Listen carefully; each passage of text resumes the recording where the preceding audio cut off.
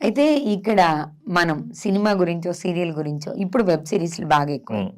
OTT platforms వచ్చినాయి. విపరీతంగా పెరిగింది. ఇంతకు ముందు కంటే ఇప్పుడు మీడియాలోకెళ్ళడం ఒక రకంగా ఈజీ అని మేము అనుకుంటున్నాం. ఆ ఈజీ ప్రాసెస్‌లో కూడా జనాల్లో ఒక అనుమానం ఉంది కదా sir. Especially ladies. Ladies exposing చేస్తేనో, లేకపోతే ఇంకొంచెం ఓపెన్‌గా చెప్పాలంటే ఒక రకమైన కమిట్మెంట్ ఇస్తేనో మాత్రమే వాళ్ళకి ఇండస్ట్రీలో ఛాన్స్ ఉంది. ఇది నిజమా? ఖచ్చితంగా కాదండి.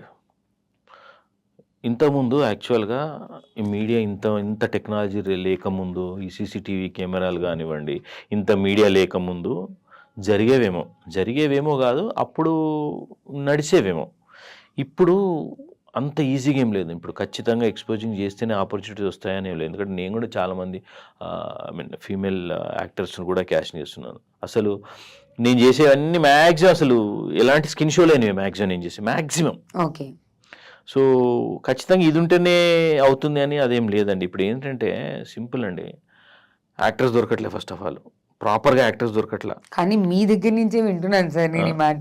మీరు ఇన్‌స్టా ఓపెన్ చేస్తే ప్రతి వాళ్ళు వాళ్ళ టాలెంట్‌ని పాపం ఎక్స్‌పోజ్ చేయడం కోసం కష్టపడుతున్నారు. అయితే ఏందంటే అదే అంటే అండి ఇప్పుడు ఎక్స్‌పోజింగ్ కంటెంట్ అనేది ఆల్రెడీ ఇప్పుడు ఇంత టెక్నాలజీ పెరిగిపోయి ఇన్ని పాన్ సైట్స్ రావడం ఇంత అయిపోయింది కాబట్టి ఇక్కడంత అవసరం లేదు నిజంగా చెప్పాలంటే. ఇప్పుడు మన ఫిల్మ్ ఇండస్ట్రీలో అంత హాట్గా చేయాల్సిన అవసరం గొప్పగా ఏం లేదు, ఒక వెబ్ సిరీస్ తప్పితే. బట్ అది చేస్తే అంటే ఆ టైప్ ఆఫ్ సినిమాలకి వాళ్ళు కావాలి. సినిమాలన్నీ అవే కాదు కదా. అవును కదా. సో అవి కానప్పుడు వాళ్ళకి అవసరం లేదు. ఇప్పుడు ఎక్స్‌పోజింగ్ చేసే వాళ్ళే కాదు. ఇప్పుడు అక్కడ క్యారెక్టర్కి ఎక్స్‌పోజింగ్ చేసే స్కోప్ లేనప్పుడు ఎక్స్‌పోజింగ్ చేసే యాక్టర్ ఎందుకండి? ఇప్పుడు ఒక బోర్డు మెంబర్ వాళ్ళు ఏమంటారు, మాకు ఒక బోర్డు మెంబరు అంటే బోర్డు మీటింగ్ ఉంది, కొంచెం పోషగా ఉండాలి అని అన్నారు అనుకోండి, మాకు అడుగుతారు మమ్మల్ని, పోషగా ఉన్న వాళ్ళు కావాలంటే పోషగానే ఉంటారు. అక్కడ వాళ్ళకి ఎక్స్‌పోజింగ్ స్కోపే లేదు కదా.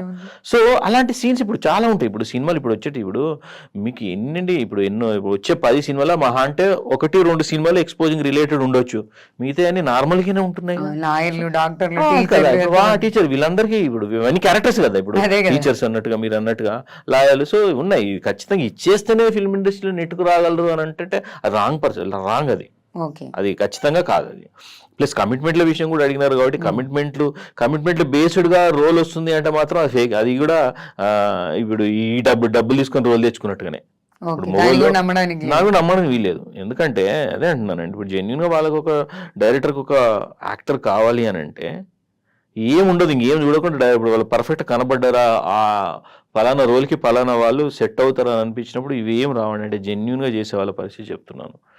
కొందరు ఇంటెన్షనే డిఫరెంట్గా ఉండి ఫిల్మ్ మేకింగ్ చేసే వాళ్ళ గురించి ఇంకా నేను మాట్లాడదలుచుకోలేదు. వాళ్ళ ఇంటెన్షనే డిఫరెంట్, ఫిల్మ్ ఇంకా వాళ్ళు చేసే పనులే డిఫరెంట్ ఉంటే అది వేరే. అట్లా కూడా ఉన్నారు.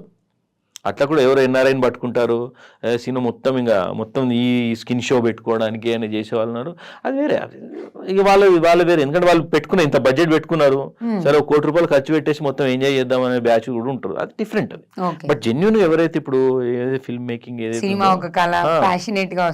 ఇప్పుడు ఏదైతే మంచి మంచి ప్రొడక్షన్స్ ఇవి ఉన్నాయో, సో వీళ్ళ దగ్గరికి వెళ్ళి ఏమి ఉండవు జనరల్ గా. ఇలాంటివి ఏమి ఉండవు. పర్సనల్ గా వాళ్ళకి ఎవరికైనా ఉంటుందేమో తెలియదు. కానీ ఇప్పుడు మా మట్టుకు అనుకోండి అసలు ఇవేం చూడం మేము. మా విషయంలోనైతే మాకు కూడా కొందరు పంపిస్తారు, కొంచెం ఎక్స్‌పోజింగ్ స్టిల్స్ అవి పంపిస్తారు. కానీ మాకు వచ్చే రిక్వైర్మెంటే అలాంటి రిక్వైర్మెంటే తక్కువ మాకు వచ్చేది. ఒకవేళ అడిగిన కూడా మాకు ఇట్లా బోల్డ్ చేసే వాళ్ళు కావాలంటే నాకు ఫస్ట్ బోల్డ్ అడిగేసరికి నాకు ఆ ప్రాజెక్ట్ మీదనే డౌట్ వస్తుంది. ఎందుకంటే ఒక ప్రాసెస్ ఉంటుందండి, మాకు అర్థమైపోతుంది ఏ ప్రాజెక్టు జెన్యూన్ ఏ ప్రాజెక్ట్ జెన్యూన్ కాదో మాకు అర్థమైపోద్ది. సో మీకు ఆ బోల్డ్ ఉంటేనే ఆపర్చునిటీస్ వస్తాయి అనే పర్సంటేజ్ చాలా లీస్ట్. అది వర్కౌట్ కాదు.